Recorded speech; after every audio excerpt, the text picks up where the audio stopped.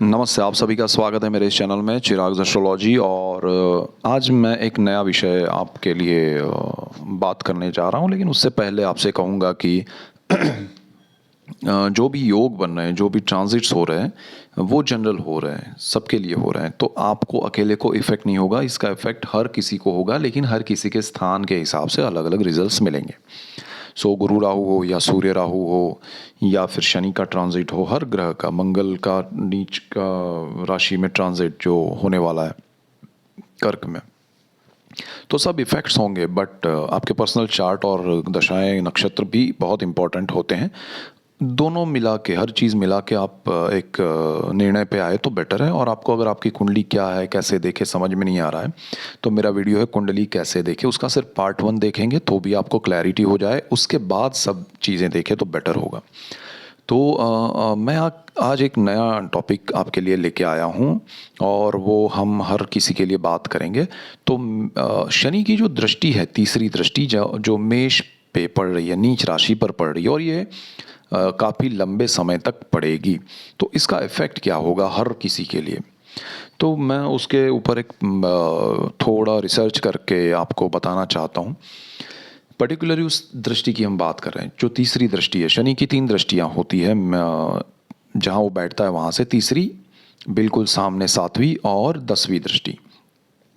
तो यहाँ पर तीसरी दृष्टि जहाँ वो बैठा है, तो वो कुंभ में है, अपने घर में है, और उसकी वो अपने घर में बहुत पावरफुल है। और तीसरी दृष्टि नज़दीक है, वहाँ वो पड़ रही है, और वो आपके मेष में पड़ रही है, वो उसकी नीच राशि है। तो मेष लग्न वालों को यहाँ पर जो इफ़ेक्ट होगा, और मेष राशि वालों को भी जो इफ़ेक्ट होगा, वो बहुत ज़बरदस्त इफ़ेक्ट होगा, क्योंकि ये काफ़ी लंबे अरसे तक होने वाला है। तो आपको यहाँ पर नेगेटिव नहीं सोचना है, क्योंकि यहाँ पर एक तो समझने की बात है कि भाई क्या इफ़ेक्ट होंगे और हमें क्या ध्यान रखना है। सो डर को मत पालिएगा। यहाँ पर गुरु है, राहु है, चांडाल योग का इफेक्ट है, सूर्य भी है अभी, और वो सूर्य निकल जाएगा, फिर वापस अपना 1 साल में ख़त्म करके वापस सूर्य आएगा, तब भी वो दृष्टि होगी शनि की। तो शनि लंबे अरसे तक रह रहे हैं। तो इन सारी चीज़ों में ग्रहण योग है, चांडाल योग है, राहु है, उस पर शनि की ये दृष्टि आपके विचारों पे इफ़ेक्ट करेगा। आपकी नेगेटिविटी जो है, यानी आपकी जो साइकोलॉजी है, उसको चेंज करने की कोशिश होगी। आपके आपके मन को नेगेटिविटी से ज़्यादा इम्पैक्ट होगा आपके ऊपर। यानी कि आप हर चीज़ को नकारात्मक वे में सोचने की कोशिश करेंगे, नेगेटिव वे में। अब ये चीज़ अच्छी तो नहीं है, लेकिन अच्छी कैसे हो सकती है? तो आपके लिए, सपोज़ आप कुछ क्रिएट कर रहे हैं, जो लोग क्रिएटिव फील्ड में हैं, चाहे वो डांस हो, म्यूज़िक हो, स्कल्पचर हो, ड्राइंग हो, डिज़ाइन हो, आर्किटेक्ट हो, या फिर कहें एक्टर हो, डायरेक्टर हो, राइटर हो, anyone they who are in a creative field, उनके लिए सबसे बड़ा पॉजिटिव पॉइंट ये हो जाएगा, इसका अगर आप पॉजिटिविटी देखें तो, कि जो भी नेगेटिव कैरेक्टर्स हैं आपके, उसको ज़्यादा बड़ा बनाइए, उसको ज़्यादा हाईलाइट कीजिए। तो आपकी वो नेगेटिविटी अपने उस कैरेक्टर में लाइए, उन चीज़ों में लाइए, तो वो ज़्यादा पावरफुल हो जाएंगे, लोगों को पसंद आएंगे। ये तो हुआ एक प्रोफेशन जिसमें क्रिएटिव है। लेकिन जो लोग क्रिएटिव नहीं हैं, जो लोग बैंक में जॉब करते हैं, जो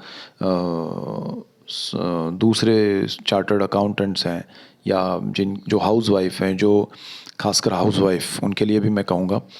तो दूसरे किसी भी प्रोफेशन में है, टीचर है, प्रोफेसर है, या कुछ और कर रहे हैं, किराने की दुकान है, तो उनके लिए क्या? तो उनके लिए भी ये जो नेगेटिव थॉट्स है, उसको आप राइटिंग में अपने लाइए। आप हर चीज़ को लिखिए। आप हाउस वाइफ है तो आप लिखने का काम शुरू कीजिए। आप अपनी चीज़ों को पोएट्री में लिखिए। अपने नकारात्मक विचारों को आप लिखकर उस तरह से उसको बनाइए, क्रिएटिव हो जाइए आप सब। और वो सारे नकारात्मक जो थॉट्स है, उसको आप लिखिए, चाहे वो कथा के रूप में, वार्ता के रूप में, पोएट्री के रूप में, हर किसी चीज़ में जो आप कर सकते हैं उस तरह से आप कीजिए, और उन चीज़ों को अपने मन से पेपर पे डाल दीजिए। ताकि वो यहाँ से खाली होता जाएगा, भले वो आता जाए, वो भरते जाइए, यहाँ अंदर पड़ा रहेगा, भरता रहेगा वो, तो वो आपको नेगेटिव और एक दिन यहाँ पर स्ट्रेस हो जाएगा, ब्लास्ट हो जाएगा दिमाग।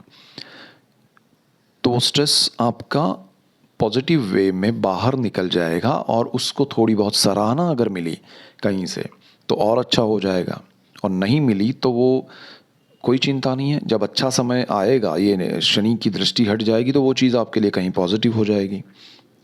तो उस समय के लिए आप उसको बचा के रखिए।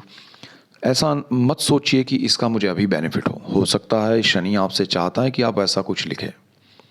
जैसे महाभारत में या रामायण में जब रावण का किरदार है, या शकुनी है, या आपका दुर्योधन है, तो वो नेगेटिव कैरेक्टर्स हैं, लेकिन उनको जिस तरह से लिखा गया या उनको जिस तरह से एक्ट किया गया, परफॉर्म किया गया, तो वो नाम उनको मिला।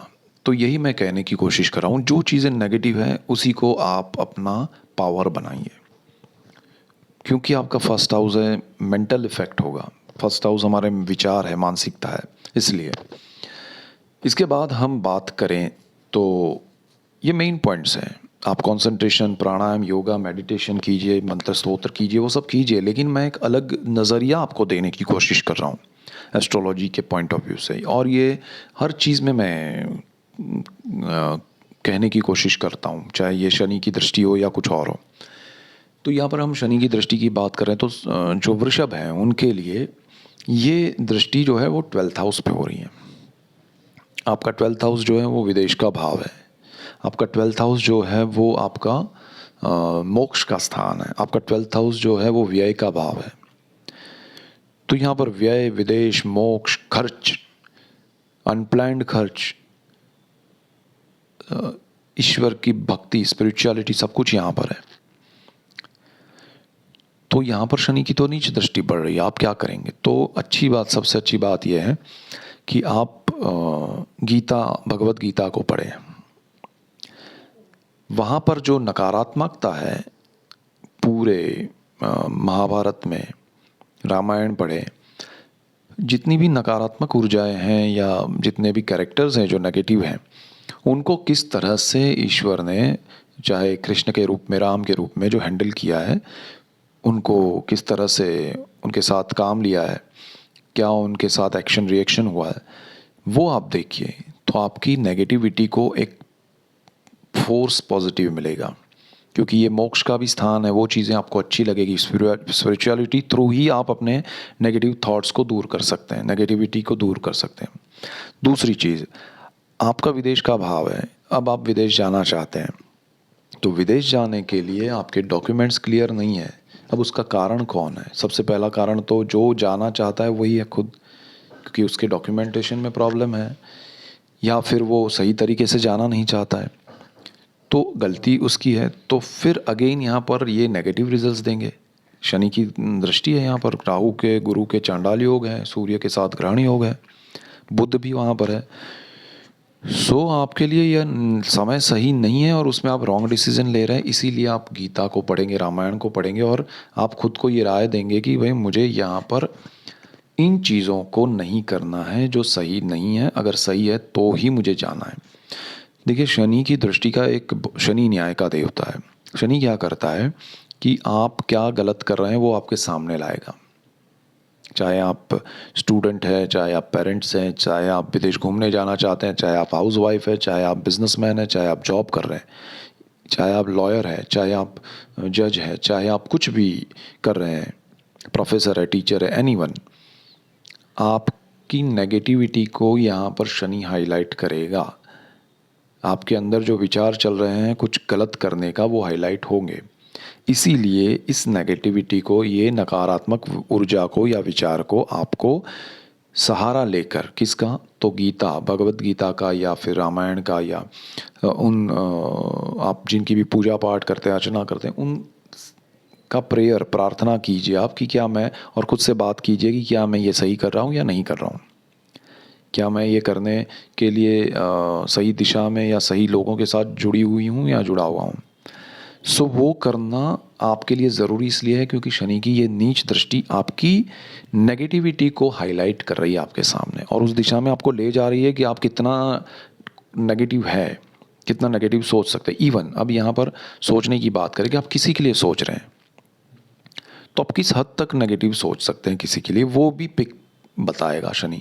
अब अल्टीमेटली वो नेगेटिविटी रिफ्लेक्ट होगी आपकी बातों में, आपके विचारों में, और वो चीज़ सामने वाले तक पहुंचेगी, तो वहाँ से भी नेगेटिविटी आप तक आएगी।